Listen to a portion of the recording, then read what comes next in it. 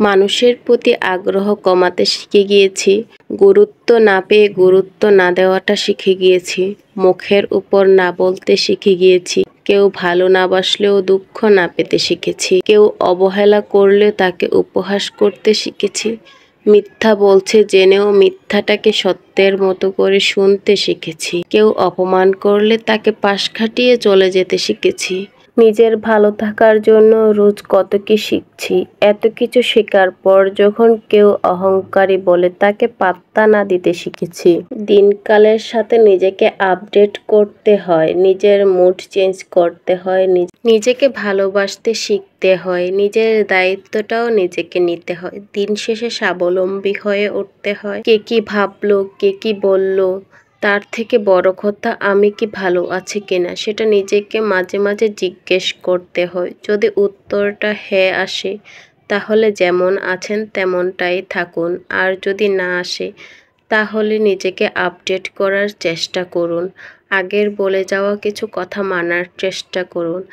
একটা শান্তিপ্রিয় জীবনযাপন আপনার প্রাপ্য, সেটা থেকে নিজেকে বঞ্চিত করবেন না। আজকে কিন্তু কথা বলতে বলতে প্রায় রান্নার কাছাকাছি চলে আসছে, আর আজকে কিন্তু বেশি ঝামেলা নাই। কিছু রান্না করা, মাংস রান্না করবো, আর এই রান্না করা মাংসটা ছিল আমার মা দিয়েছিল।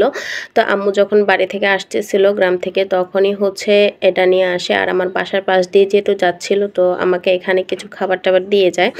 তো ওগুলাই রান্না করব। আর এই মাংসটা 2 দিন আগে দিয়ে গিয়েছিল, আর তার জন্য এখানে সকালবেলা নামিয়েছিলাম। তো ওখানে কিছু রুটি দিয়ে খাওয়া হয়ে গিয়েছে। তো এখন ভাবলাম যে এখন একটু রান্না করে নেই। তো রান্না করতে হয় কারণ আমার মা শাশুড়ি দুজনের রান্নায় কিন্তু মাশাআল্লাহ খুব ভালো, খেতেও কিন্তু ভালো। আমি ওনাদের ধারে কাছেও না, তারপরেও আমি ওনাদের রান্নাবান্না করে যখন দেয় তখন যেহেতু আমি ঝাল মশলা একটু বেশি খাই, তো তার জন্য দেখা যায় যে আমাকে একটু বেশি পরিমাণে আবার রান্না করতে হয়। আর যদি আলু টালু বা অন্য কিছু না দিই তখন দেখা যায় যে আমি একটু কাঁচা মরিচ কেটে দিয়ে দিই, কারণ আমি অনেকটা ঝাল খাই আর আমার হাজব্যান্ডও অনেক ঝাল পছন্দ করে। তো তার জন্য বেশ কিছু পরিমাণে ঝাল দিতে হয়। তো এখন আমি কিছু আলু কষিয়ে নিয়েছি। তো আজকে দুপুরে রান্নাবান্না একেবারে সিম্পল আর একেবারে কম রান্নাবান্না করেছি, আর একেবারে রান্না নেই বললেই চলে, যেহেতু রান্না করা ছিল। জাস্ট কয়েকটা আলু কেটেছি আর পেঁয়াজগুলো আমার আগের কাটা ছিল। তো এগুলাই রান্না করতেছি। তো আজকের ভিডিওটা যদি ভালো লেগে থাকে অবশ্যই লাইক কমেন্ট করবেন আর শেয়ার করবেন। আর গল্পটা যেহেতু শেয়ার করলাম, আসলে এটা গল্প না, অনেকের জীবনের সাথে মিলে যায়। আসলে আমরা বাস্তব জীবনটা ওরকমই না, আমাদের প্রত্যেকের জীবন। তো যাই হোক, ওখানে যদি ভালো লাগে মন্দ লাগে অবশ্যই আপনাদের মতামত জানাবেন।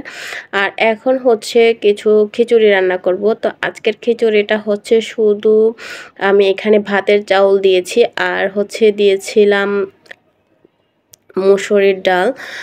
তো আমি কিন্তু অনেক রকমের রান্না করতে পারি, বাট এখন খিচুড়ি মাঝে মাঝে একেবারে নর্মাল খিচুড়ি খেতে ইচ্ছে করে। তো এখানে যেহেতু ভাতের চাল দিয়েছি সেই ক্ষেত্রে একটু মশলা অ্যাড করব। তো এখন লবণ, হলুদ, মরিচের গুঁড়া দিয়ে দিচ্ছি, আর দিয়ে একটু ভালো করে ভেজে নেব। অনেক সময় কিন্তু পোলার চাল দিয়ে করা হয় এই খিচুড়িটা, তো আমি কিন্তু কখনো পোলার চাউল দিয়ে এভাবে মসুরির ডাল দিয়ে করিনি।